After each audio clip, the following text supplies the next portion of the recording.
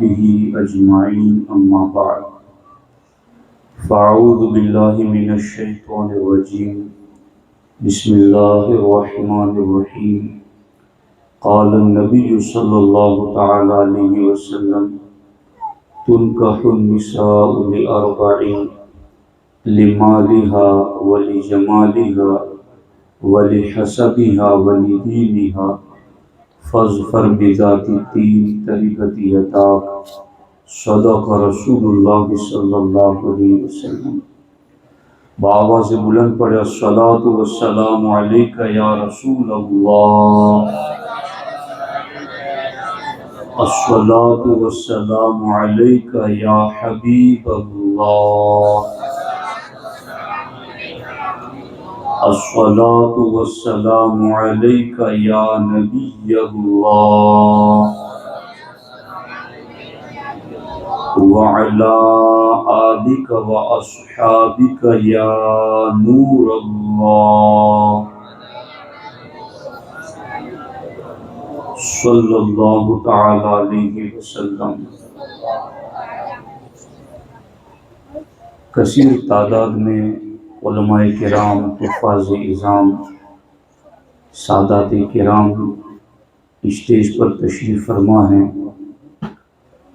اور آج کا یہ سنی اجتماع بالخصوص برادر گرامی قدر حضرت مولانا حافظ محمد رفیق صاحب قبلہ مصباحی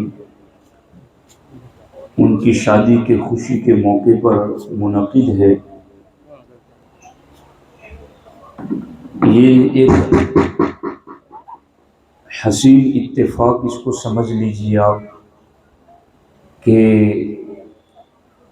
مولانا رفیق صاحب کو پڑھنے کے لیے ہمارے بڑے بھائی مولانا رفیق صاحب نے رکھا، اور ان کی ہونے والی دلہن کو پڑھنے کے لیے میں نے رکھا، اور الحمدللہ ہم دونوں بھائیوں کو بھی آج اس پروگرام میں شرکت کی سعادت مل رہی ہے۔ دونوں طرف دینداری ہے، پرہیزگاری ہے، اور یہ ہمارے لیے نیک شگونی ہے۔ اللہ کریم کی بارگاہ میں دعا ہے رب ذوالجلال اس نسل کو نسل کریم بنا دے۔ اللہ تبارک و تعالی میاں بیوی دونوں کو خیر و عافیت کے ساتھ پرسکون خوشحال زندگی نصیب فرمائے۔ بہت پرنور ماحول میں آپ حافظ محمد صاحب سے کلام رضا تضمین کے ساتھ سن رہے تھے۔ ایمان میں تازگی محسوس ہو رہی تھی۔ اللہ تعالیٰ ان کے درد میں، سوز میں مزید برکتیں عطا فرمائیں۔ تھوڑی دیر کے لیے کچھ باتیں کر لیتے ہیں ہم لوگ، چونکہ میں 2 دن سے سوچ رہا تھا کہ میں کس ٹاپک پر گفتگو کروں اور بات کیسے سمجھاؤں، چونکہ اب یہاں ایسے لوگ نہیں ہیں کہ جن کا علم سے روز کا واسطہ رہتا ہو، تو میں نے کئی باتیں تو یوں جمع کی تھی کہ جو عربی عبارات تھی کہ انہیں پڑھ کر سناؤں گا، پھر جا کے کہیں اس پر واقعات دلیل کے طور پر دے کر سمجھاؤں گا، لیکن وہ واقعات آتے آتے ہی آپ لوگ بور ہو جائیں گے۔ تو میں نے چاہا کہ پھر شروع سے ہی جو آپ کی پسندیدہ غذا ہے وہیں سے آپ کو کھلانا شروع کر دوں۔ دوستان محترم، میری عورتوں سے بھی گزارش ہے کہ وہ بھی دھیان سے سنیں، آپ بھی دھیان سے سنیے۔ سب سے پہلے ہم کہیں بھی رہے، کسی بھی علاقے میں رہے، ہمیں یہ چیز نہیں بھولنی چاہیے کہ ہم مسلمان ہیں، اور ہم نے کلمہ پڑھنے کے بعد اپنی جان اور مال دونوں اللہ کو جنت کے بدلے میں دے دیا ہے۔ ان اللہ اشتری من المؤمنین انفسهم واموالهم بان لهم الجنہ۔ اللہ فرماتا ہے میں نے ایمان والوں کی جان اور مال جنت کے بدلے میں خرید لی ہے۔ تو یہ تو اس کریم کا سودا کتنا بہتر ہے کہ دی ہوئی جان بھی تو اسی کی ہے، دیا ہوا مال بھی تو اسی کا ہے، مگر اس کی دی ہوئی چیز کو پھر وہ جنت دے کر کے خرید رہا ہے۔ ایک کرم والا ہے، کرم ہے۔ اب اللہ اور اللہ کے رسول نے ہمارے لیے شادی کے کیا اصول دیے ہیں؟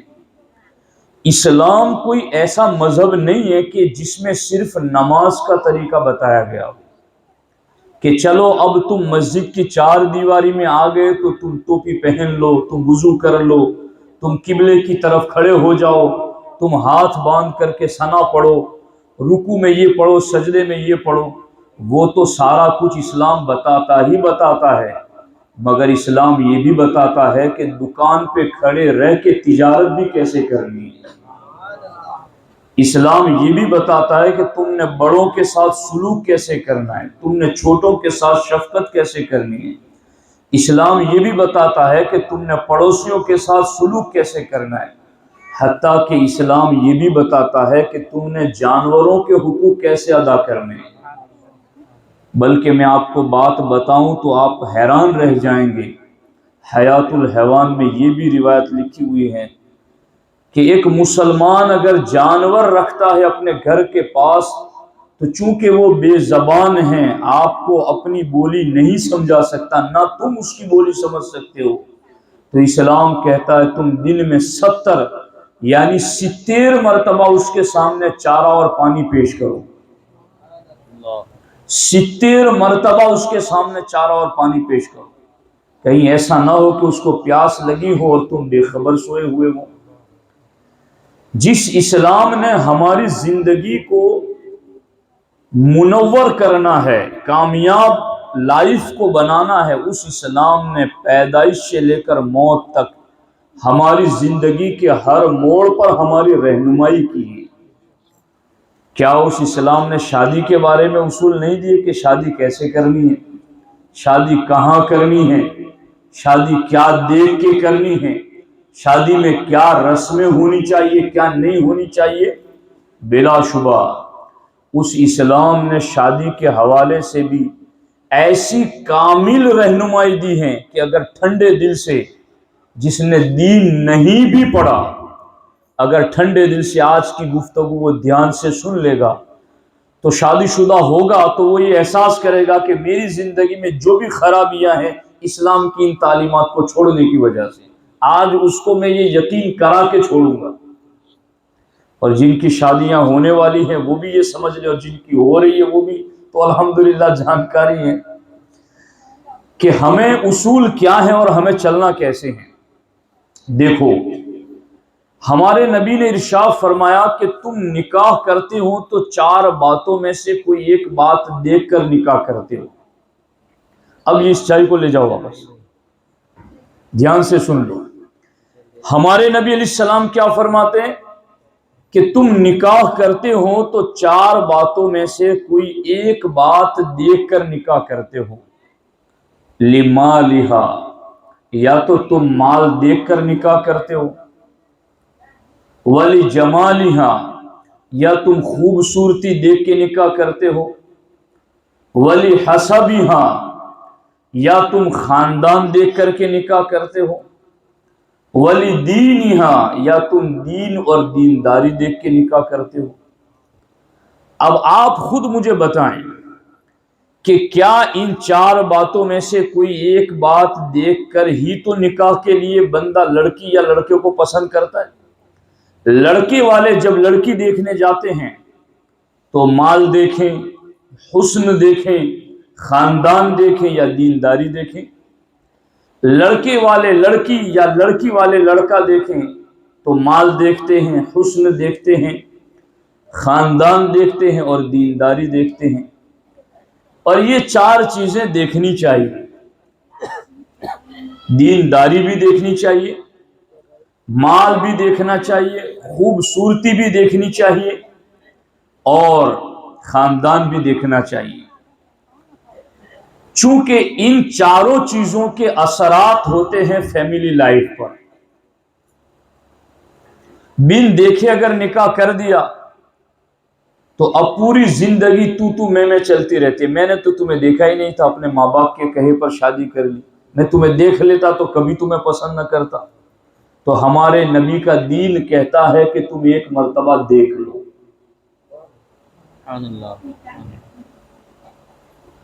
اب مالداری دیکھنی ہے تو تم اس اعتبار سے بھی دیکھ لو کہ تم کس بندے کو تلاش کرنا چاہتے ہو کہ وہ تمہارے لیول کا معیار کا ہے۔ تم خاندان دیکھنا چاہتے ہو وہ بھی دیکھ لو۔ یہ ساری چیزیں دیکھنے کے لیے کہی گئی، لیکن ایک بات ہوتی ہے نا کہ بھائی شادی میں 4 قسم کے کھانے بنانے ہیں تو ٹھیک ہے، یہ مٹھائی یہ مٹھائی یہ مٹھائی تو یہ بناؤ گے تو ٹھیک ہے، لیکن یہ دال چاول تو ہونے ہی چاہیے، ایک مثال کے طور کہ یہ چیز تو ہونی چاہیے، اس کی ڈیمانڈ ہے۔ تو اب 4 چیزیں ہمارے نبی نے بتا دی کہ تم ان میں سے کوئی ایک بات دیکھ کر نکاح کرتے ہو، مگر سرکار نے فرمایا فَاظْفَرْ بِذَاتِ الدِّينِ، تم میرے امتی ہو، اب میرا حکم تم پر چلے گا۔ تم مسجد میں جاتے ہو تو میرے حکم پر تم طہارت کرتے ہو، تم میرے حکم پر قبلے کی سمت کھڑے رہتے ہو، تم میرے حکم پر ستر عورت اور کپڑوں کو، جسم کو کپڑوں سے ڈھانپ کر نماز پڑھتے ہو۔ جس طرح میرا حکم مسجد میں چلتا ہے، میرا حکم یہاں بھی چلے گا۔ سرکار نے فرمایا فَاظْفَرْ بِذَاتِ الدِّينِ، میرے امتی ہو تو میں تمہیں حکم دے رہا ہوں کہ تمہیں باقی چیزوں کو بعد میں دیکھنا ہے، پہلے دینداری کو دیکھنا ہے، تم نے پرہیزگاری کو دیکھنا ہے، تم نے تقوی شیاری کو دیکھنا ہے، تم نے یہ دیکھنا ہے کہ اس میں دینداری کتنی زیادہ ہے۔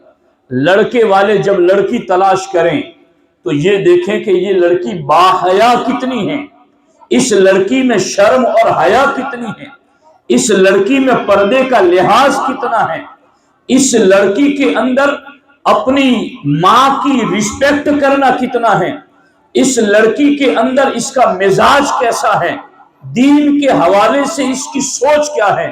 لڑکی والے جب لڑکا دیکھنے کے لیے چلے تو وہ بھی یہ دیکھیں کہ لڑکا اخلاق مند کتنا ہے، لڑکا دیندار کتنا ہے، لڑکا پرہیزگار کتنا ہے۔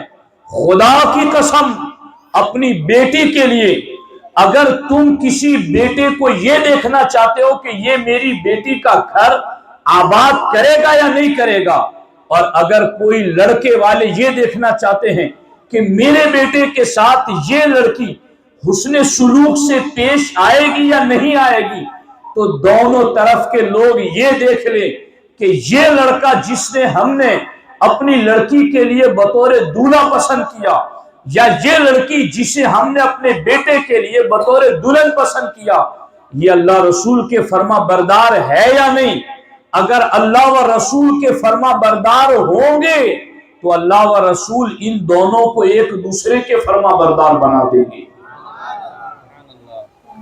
جب لڑکی فرما بردار ہوگی تو پھر نبی اس لڑکی کو کہیں گے کہ تیری شادی سے پہلے تیری جنت تیری ماں کے قدموں میں تھی، لیکن اب شادی ہونے کے بعد تیری جنت تیرے شوہر کے قدموں میں ہے۔ اب وہ اگر دین ہوگا تو جانے گی کہ میری ماں کا میں نے اتنا احترام اور رسپیکٹ کی کہ وہ میری ماں ہے، کیونکہ میری ماں کے قدموں تلے میری جنت ہے۔ اب اسے نبی کا فرمان پتا ہوگا کہ نبی نے تو یہ کہا ہے کہ شوہر کے قدموں تلے بھی جنت ہے، تو اب وہ ہمیشہ اپنی جنت سے جڑی رہے گی۔ اور جب شوہر دیندار ہوگا، شوہر پرہیزگار ہوگا، شوہر عاشق رسول ہوگا، شوہر اگر دین کی تعلیم رکھنے والا اور دین کا علم رکھنے والا ہوگا تو پھر وہ بھی یہ جانے گا کہ میرے رب نے قرآن میں کہا ہے فَإِن كَرِهْتُمُوهُنَّ فَعَسَىٰ أَن تَكْرَهُوا شَيْئًا وَيَجْعَلَ اللَّهُ فِيهِ خَيْرًا كَثِيرًا، کہ میرے رب نے مجھے کہا چلو میری عورت کی یہی بات تو مجھے پسند نہیں ہے کہ اس کے ہاتھ کی روٹی اچھی نہیں بنتی، اس سے سالن اچھا نہیں بنتا، یا اس کی یہ کمی ہے وہ کمی ہے، تو کوئی بات نہیں، میرے اللہ نے مجھے یہ کہا ہے فَإِن كَرِهْتُمُوهُنَّ، کہ اگر تمہیں اپنی بیوی کی کوئی ایک بات ناپسند ہو، فَعَسَىٰ أَن تَكْرَهُوا شَيْئًا، تو ہو سکتا ہے کہ تمہیں کوئی ایک بات ناپسند ہو، وَيَجْعَلَ اللَّهُ فِيهِ خَيْرًا كَثِيرًا، اور اللہ نے اسی میں میرے لیے بہت ساری بھلائی رکھی ہو، تو دین ہوگا تو مرد بھی یہ سمجھے گا، دین ہوگا تو عورت بھی یہ سمجھے گی۔ اور جہاں دین ہی نہیں ہوتا وہاں چند دن نہیں گزرتے کہ شکوک اور شبہات شروع ہو جاتے۔ کس کا فون آ رہا ہے تم پہ، کس سے بات کر رہے ہو تم، جس نے اپنی زندگی تمہارے حوالے کر دی، تم اس پر اعتماد کیوں نہیں کر رہے، تم اسے دین کیوں نہیں سکھا رہے ہو؟ آپ غور کریں کہ یہ دین نہ ہونے کی وجہ سے نقصانات ہیں۔ آپ پہلے دیکھیں کہ طلاق کی اتنی شرح نہیں تھی مسلمانوں میں جتنی آج بڑھتی چلی جا رہی۔ اس کی وجہ کیا ہے کہ انہوں نے دین نہیں سیکھا، فیملی لائف انہوں نے سیریلوں سے سیکھی، فیملی لائف زندگی گزارنے کا طریقہ انہوں نے سیریلوں سے سیکھا۔ تو سیریلوں میں جو ڈرامہ بتایا گیا یہی ڈرامہ ان کی زندگی بن گئی، ان کی زندگی خود ایک ڈرامہ بن گئی، اور جو سیریلوں کا اینڈ ہوا وہی ان کی زندگیوں کا اینڈ ہوا۔ اس میں یہی تو بتایا گیا، ایک عورت کو وہاں یہ سکھایا جاتا ہے کہ اپنے شوہر کو بیوقوف بنا کر کئی مردوں سے کیسے رابطہ رکھا جائے، اور شوہر کو یہ سکھایا جاتا ہے اپنی عورت کو بیوقوف بنا کر کئی عورتوں سے کیسے رابطہ رکھا جائے۔ جہاں سے جو سیکھ رہا ہے وہیں سے اس کے نتیجے ان کی زندگیوں میں برآمد ہو رہے ہیں۔ میں پڑھا کر کے تمہیں یقین دلاتا ہوں اس بات کا، کروڑوں ماں باپ مل کر کے بھی اپنی اولاد کا اتنا بھلا سوچ بھی نہیں سکتے جتنا ہمارے نبی اپنی امت کا بھلا بتا کر گئے۔ ہمیں آنکھیں بند کر کے فالو کرنے کی ضرورت، ہمیں صراط مستقیم پر چلنے کی ضرورت۔ ہم کون ہوتے ہیں جو یہ سوچیں کہ دین یہ کہہ رہا ہے، نہیں مولانا ہماری سوچ یہ کہہ رہی ہے اب دین پر عمل کریں گے تو ایسا نہیں چلے گا، ہمیں تو لائف گزارنی ہے، ہمیں انجوائے کرنی ہے۔ تو پھر یہی زندگی، یہ جو علماء ہیں نا یہ آپ کی اسٹیج پر بیٹھے ہیں، کروڑوں اربوں پتیوں سے زیادہ خوشحال زندگی یہ لوگ گزار رہے ہیں، ان کے بیوی بچے بھی ان کے ساتھ اتنے مطمئن ہیں کیونکہ یہ دین جانتے ہیں، ان کے پاس دین کا علم۔ اب میں آپ کو آگے بتاؤں، عبداللہ ابن مبارک رضی اللہ تعالیٰ کون ہیں؟ امیر المومنین فی الحدیث، امام اعظم ابو حنیفہ کے شاگرد۔ امیر المومنین کا مطلب آپ کو نہیں پتا، حدیثیں جو ہوتی ہیں نا ان حدیثوں کے اماموں میں سے ایک بڑا امام، اتنے بڑے عالم۔ ان کے والد صاحب غلام تھے، ایک شخص کے باغ میں غلامی کرتے تھے، اس کے باغ میں انگور کے درخت لگے تھے تو وہاں انگور کی دیکھ بھال کرتے تھے۔ ایک مرتبہ باغ کا مالک آیا باغ میں اور آ کر اس نے کہا کہ ذرا انگور توڑ کے لاؤ۔ لائے، اس کے سامنے رکھے، انہوں نے کھائے تو کھٹے نکلے۔ کہا تمہیں پتہ نہیں کہ کون سے پھل میٹھے ہوتے ہیں، کس وقت میٹھے ہوتے ہیں اور کس درخت کے میٹھے ہوتے ہیں، جاؤ پھر جا کے توڑ کے لاؤ۔ 3 مرتبہ اس طرح سے جدا جدا درختوں کے پھل توڑ کے لائے تو ترش ہی نکلے، کھٹے ہی نکلے۔ تو ڈانٹتے ہوئے کہا کہ کیا تم نے ابھی تک کوئی پھل چکھا نہیں کہ تمہیں پتہ نہ ہو؟ کہا اب اگر تم نے پوچھ لیا ہے کہ پھل چکھا نہیں تم نے، تو اب میں تمہارے لیے یہ بات بتانے کا پابند ہوں کہ میں تمہیں یہ بات بتاؤں کہ ہاں آج تک میں نے تمہارے باغ کا ایک بھی پھل چکھا تک نہیں ہے۔ اب یہاں یہ بھی بات ہے کہ کئی لوگوں کے ذہنوں میں یہ بات بھی ہوتی ہے کہ راتوں رات ہمیں مالدار کیسے بننا ہے۔ ایک بات یاد رکھنا، ماں کے پیٹ میں 4 مہینے کا جب ہمارا جسم تیار ہو چکا تھا، حدیث پاک میں اسی وقت ہمارا رزق لکھ دیا جا چکا تھا، اور اس وقت تک تمہیں موت نہیں آئے گی جب تک تم رزق کمپلیٹ نہ کر لو۔ اب راتوں رات مالدار بننے کی جو خواہشیں ہیں نا وہ بھی بڑے بڑے جرائم اور کرائم پیدا کر دیتی۔ اب یہاں دیکھو، عبداللہ ابن مبارک کے والد صاحب مبارک غلام تھے،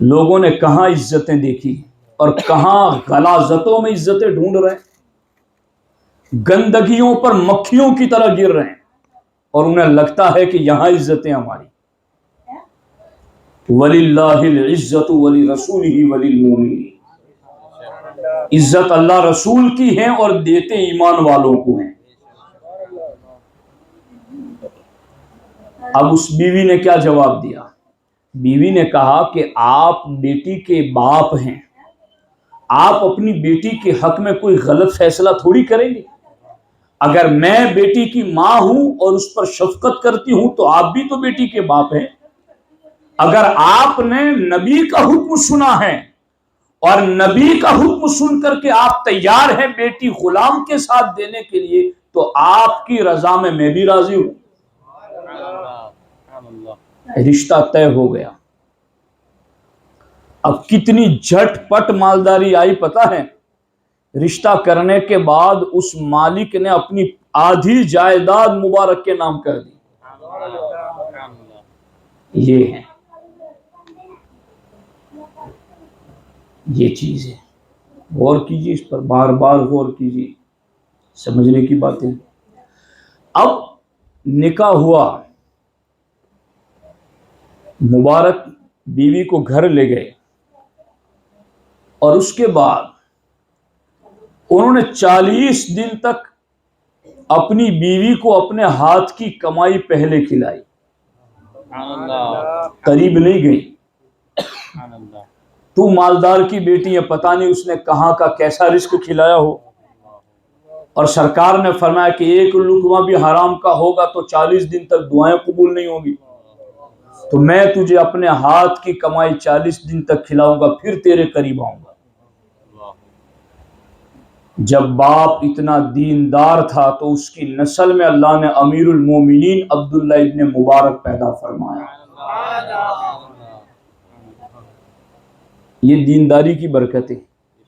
لوگ بہت پر تول رہے ہیں کہ ہم مر بھی جائیں تو ہمارا نام باقی رہے۔ یہ ہے نام باقی رکھنے والے اصول۔ نام تو صرف دین کا رہے گا، اس دین پر مر مٹ جاؤ، یہ دین تمہیں مرنے نہیں دے گا۔ اس دین پہ مر مٹ جاؤ، یہ دین تمہیں مرنے نہیں دے گا۔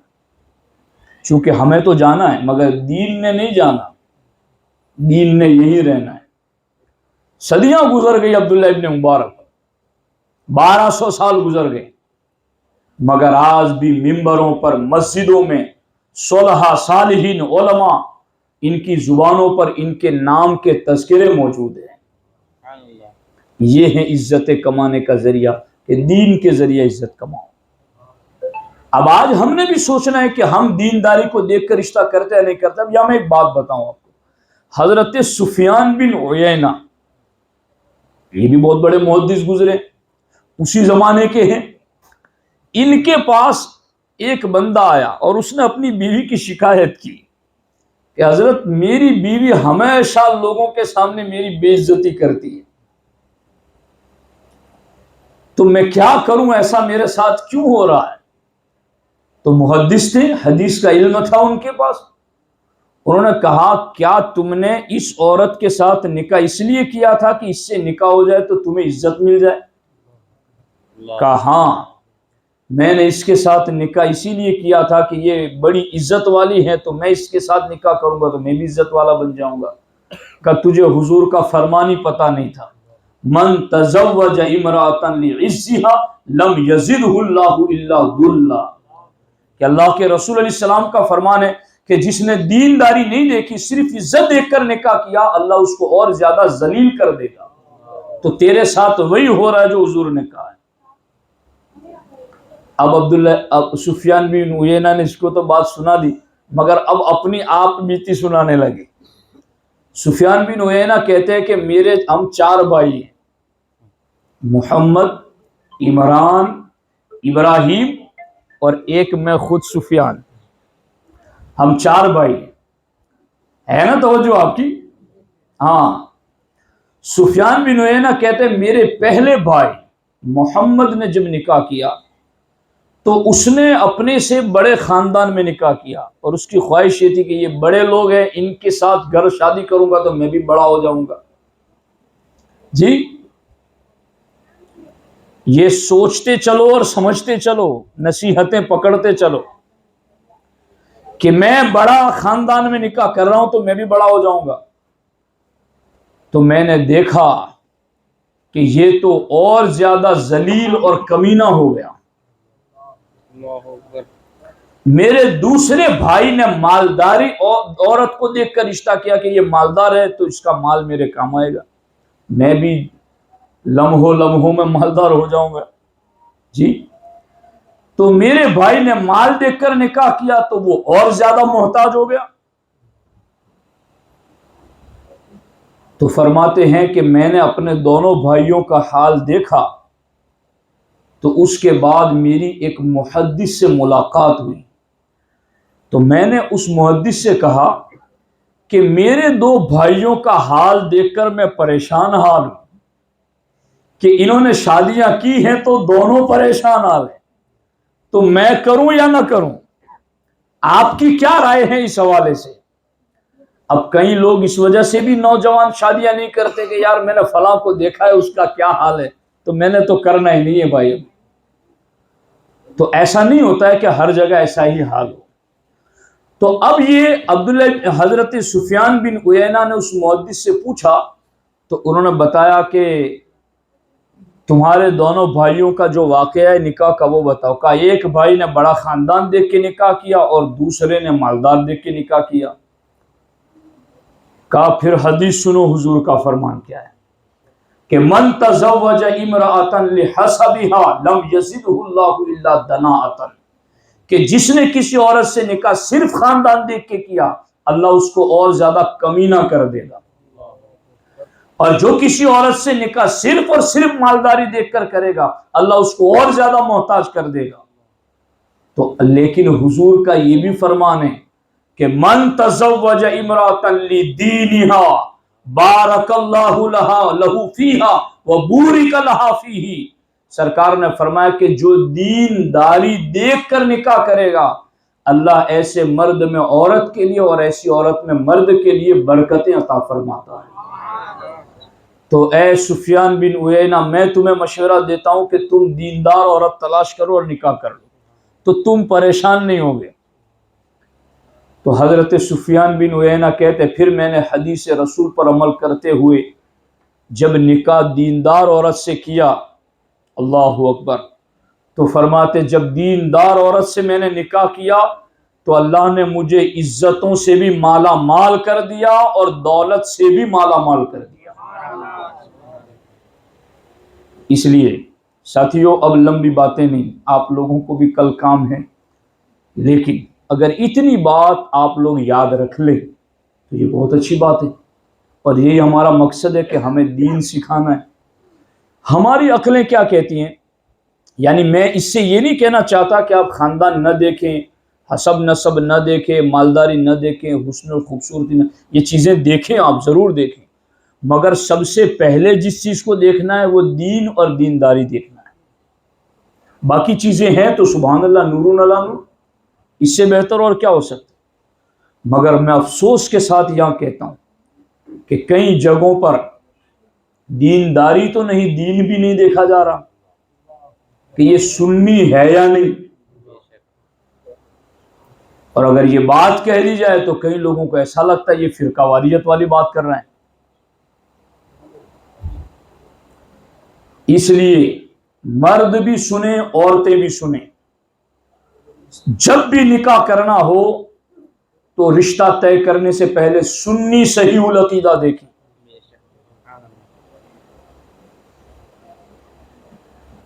اور اگر کوئی اس حوالے سے مس گائیڈ کرتا ہے تو ہرگز اس کی گمراہیت کی طرف نہ جائیں۔ اپنا سنی عقیدہ وہی ہمیں نجات دلانے والا ہے۔ ہم غوث پاک کے ماننے والے ہیں، ہم غریب نواز کے ماننے والے ہیں، ہم ولیوں کو ماننے والے ہیں، ہم یا غوث اور یا غریب نواز کہنے والے ہیں۔ جو یا غوث اور یا غریب نواز کو شرک کہتا ہو اور ان کے مزاروں کو بت کہتا ہو، بھلا ان سے ہمارا کیا رشتہ ہو سکتا ہے؟ کئی مولوی بھی بد نصیب قسم کے جہنم کی تیاری کروا رہے ہیں قوم کو، جو ایسے نکاح بھی پڑھا دیتے ہیں، اور قوم ان کی باتوں کو دلیل بناتی ہے۔ پوچھا جائے ان سے بھی کہ تم نے کہاں سے سیکھا ہے، قرآن میں کہاں لکھا ہے، حدیث میں کہاں لکھا ہے، کس عالم دین اور کس فقیہ اور کس محدث نے تمہیں یہ طریقہ سکھایا ہے؟ ہیلے حوالے اور جاہلانہ باتیں کرتے ہیں۔ ایسے لوگوں کو اللہ کا خوف رکھنا چاہیے۔